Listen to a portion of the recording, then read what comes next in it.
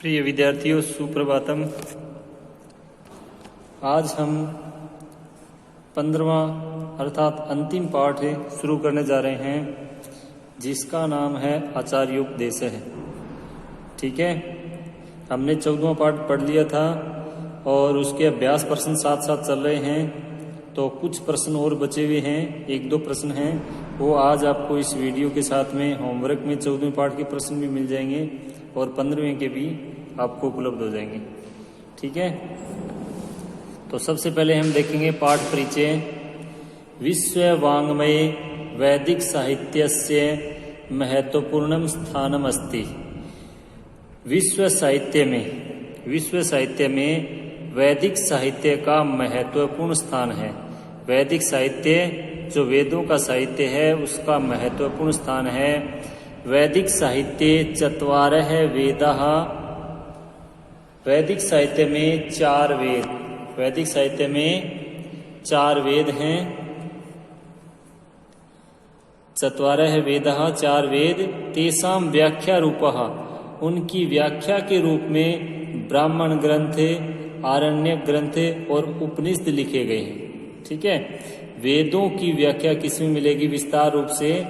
ब्राह्मण ग्रंथों में, आरण्य ग्रंथों में और उपनिषदों में।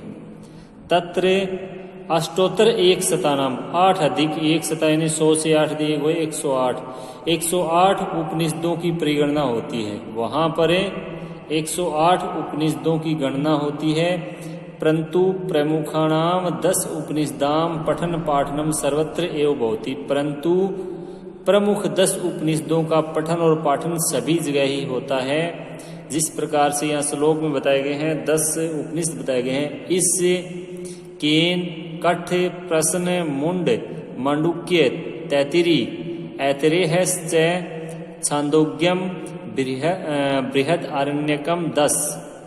इसका मतलब ईशोपनिषद, केनोपनिषद, कठोपनिषद, प्रश्नोपनिषद, मुंडकोपनिषद, मांडुक्योपनिषद, तैतिरीयोपनिषद, ऐतरेयोपनिषद, छांदोग्योपनिषद, बृहद आरण्यकोपनिषद, ये 10 प्रकार के उपनिषद मुख्य रूप से पठन और पाठन में सभी जगह उपलब्ध होते हैं।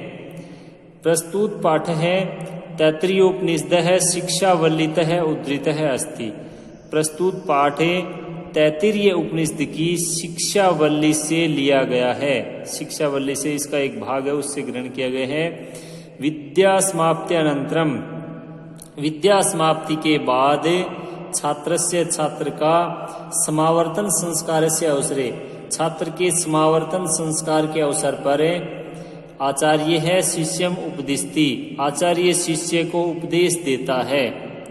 यानी समावर्तन संस्कार, मनुष्य के जो 16 प्रकार के संस्कार बताए गए हैं, उसमें जब शिक्षा प्राप्ति हो जाती है, शिष्यों की शिक्षा प्राप्ति के बाद आचार्य के द्वारा उनको जो उपदेश दिया जाता है वो होता है समावर्तन संस्कार। समावर्तन संस्कार, विद्या समाप्ति के बाद छात्र के समावर्तन संस्कार के अवसर पर आचार्य अपने शिष्य को उपदेश देता है। तस्यैव वर्णनम शिक्षावल्ली इत्यत्र अस्ति, उसी का वर्णन शिक्षावल्ली में यहाँ किया गया है। अस्मिन् पाठे तस्यैव सारांशस्य उल्लेखः अस्ति, इस पाठ में उसी का ही सारांश उल्लेखित है। इस पाठ में उसी का ही सारांश उल्लेखित है। ठीक है, पाठ का नाम है आचार्योपदेश। कहने का मतलब ये है कि जब शिष्यों की शिक्षा कंप्लीट हो जाती है, उसके बाद आचार्यों के द्वारा शिष्यों को जो उपदेश दिया जाता है, वही उपदेश इस पाठ में दिया गया है। ठीक है, शुरू से देखेंगे। वेदम अनुच्य, वेदम अनुच्य का मतलब है वेदों को पढ़ाकर। इसमें 2 शब्द हो गए, वेदम प्लस अनुच्य प्लस आचार्य प्लस अंतेवासिनम प्लस अनुशास्त्री, अलग अलग शब्द हो गए। वेदम अनुच्य वेदों को पढ़ा करें। आचार्य अंतेवासिनम का मतलब होता है अपने शिष्यों को, अनुशास्त्री का मतलब है उपदेश देते हैं। वेदों को पढ़ा करें, आचार्य अपने शिष्यों को उपदेश देते हैं। प्रिय विद्यार्थियों, आपको बता दूं कि ये पाठ भी गद्यांश का पाठ है। इसमें केवल 6 ही लाइन है, इतना ही बड़ा पाठ है, 1 2 3 4 5 6 छोटा सा पाठ है। इस पाठ में से भी गद्यांश का हिंदी अनुवाद आपको परीक्षा में पूछा जा सकता है, जिसके 5 अंक निर्धारित हैं सप्रसंग अनुवाद के लिए। तो यहाँ अनुच्चय प्लस आचार्य में दीर्घ स्वर संधि है, आचार्य है प्लस अंत्यवासिन में हम इसको उत्तर विसर्ग संधि भी मान सकते हैं और पूर्व रूप स्वर संधि भी मान सकते हैं।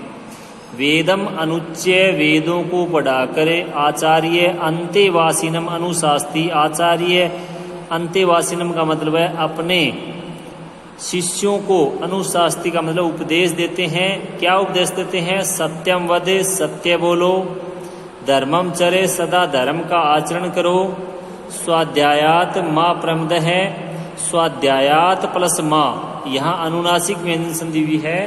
स्वाध्याय से प्रमदह का मतलब आलस्य, माँ यानी मत करो, स्वाध्याय से आलस्य मत करो। सत्यात प्लस नय अनुनासिक संधि, सत्यात नय प्रमदितव्यम, सत्य से आलस्य मत करो। धर्मात नय प्रमदितव्यम, धर्मात प्लस नय, यहाँ भी अनुनासिक व्यंजन संधि है। धर्मात नय प्रमदितव्यम का मतलब है धर्म से भी आलस्य मत करो, अर्थात धर्म से आलस्य नहीं करना चाहिए। सत्य से आलस्य नहीं करना चाहिए, धर्म से आलस्य नहीं करना चाहिए।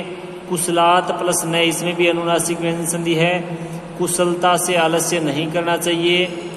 भूत्यय नय प्रमदितव्यम, भूत्यय का मतलब होता है ऐश्वर्य कर्मों से भी आलस्य नहीं करना चाहिए। ऐश्वर्य कर्म जो होते हैं जिससे हम, जो धन कमाने वाले जो आर्थिक कर्म जो होते हैं उन्हें हम कह सकते हैं ऐश्वर्य कर्म। ऐश्वर्य कर्मों में भी किसी भी प्रकार का आलस्य नहीं करना चाहिए। स्वाध्याय प्रवचनाभ्याम नय प्रमदितव्यम, स्वाध्याय और प्रवचनों से भी आलस्य नहीं करना चाहिए। देव पितृकार्यभ्याम नय प्रमदितव्यम, देव कार्यों और पितृकार्यों में भी आलस्य नहीं करना चाहिए। मातृ देवो भव, माता को देवता समझो। पितृ देवो भव, पिता को देवता समझो। आचार्य देवो भव, आचार्य को देवता समझो। अतिथि देवो भव, अतिथि को देवता समझो। फिर आगे है यानी अनवद्यानि कर्माणि तानि सेवितव्यानि न इतराणि, यानी मानी जो हमारे, अनवद्यानि का मतलब प्रशंसनीय, जो हमारे प्रशंसनीय कर्माणि कर्म हैं, तानी मानी उन्हीं की, सेवितव्यानि सेवा करो, न इतराणी अन्य की नहीं। यानी जो हमारे अनवद्यानि कर्माणि प्रशंसनीय कर्म हैं, तानी सेवितव्यानि उन्हीं की सेवा, उन्हीं का सेवन करना चाहिए, न इतराणी अन्य का नहीं। ऐसा आचार्य अपने शिष्यों को उपदेश दे रहे हैं कि जो हमारे प्रशंसनीय कर्म हैं, जिन कर्मों को करने से हमारी प्रशंसा होती है, उन्हीं कर्मों की सेवा करनी चाहिए, उन्हीं कर्मों का सेवन करना चाहिए, अन्य का नहीं। यानी अस्माकम सुचरितानि, जो हमारे, सुचरितानि का मतलब होता है श्रेष्ठ कर्म हैं, तानि त्वया उपास्यानि, उन्हीं की तुम्हारे द्वारा उपासना की जानी चाहिए, न इतराणी अन्य की नहीं। त्वया प्लस उपास्यानि में यहाँ गुण स्वर संधि भी है, कौन सी भी है? त्वया प्लस उपास्यानि, ए प्लस उ मिलकर ओ हो गया गुण स्वर संधि, ठीक है। यानी अस्माकम सुचरितानि, जो हमारे श्रेष्ठ कर्म हैं, तानि त्वया उपास्यानि, तानि यानी उन्हीं की, त्वया यानी तुम्हारे द्वारा, उपास्यानि यानी उपासना की जानी चाहिए, न इतराणी अन्य की नहीं। आगे है श्रद्धया देयम, श्रद्धा पूर्वक दान आदि देना चाहिए। अश्रद्धया अदेयम, बिना श्रद्धा के दान आदि नहीं देना चाहिए। श्रद्धा पूर्वक दान आदि देना चाहिए, बिना श्रद्धा के कुछ भी नहीं देना चाहिए। श्रियादेयम, श्रियादेयम का मतलब है ऐश्वर्य के लिए देना चाहिए, ऐश्वर्य के लिए दान आदि देना चाहिए। ह्रियादेयम का मतलब है यहाँ लज्जा पूर्वक दान देना चाहिए, लज्जा पूर्वक दान देना चाहिए। भीयादेयम का मतलब है भय से दान आदि देना चाहिए। संविदा देयम का मतलब होता है, संविदा का मतलब मित्र आदि के कार्यों के लिए दान आदि देना चाहिए। ऐसे आदेश है, यही आदेश है। ऐसा है उपदेश है, यही उपदेश है। ऐसा वेदोपनिषद, यही वेदों का सार है, यही वेदों का सार है। एतत् अनुशासनम, यही अनुशासन है, यही अनुशासन है। एवं उपासितव्यम, एवं यानी इसी प्रकार से तुम्हें इन सब की उपासितव्यम, उपासना करनी चाहिए। तो ये था 15वां पाठ है। कल आपको इस पाठ का हिंदी अनुवाद फिर से बता दिया जाएगा और इसके जो प्रश्न उत्तर है, अभ्यास प्रश्न है, वो भी समझा दिए जाएंगे। इसके बाद हम कोई अगला नया टॉपिक देखेंगे। वो अपना नया टॉपिक ही मान के चलो 90% संभावना ये कि वो जो संकेत आधारित पत्र आते हैं वो समझाए जाएंगे। ठीक है, आज के लिए बस इतना ही। जय हिंद, जय भारत।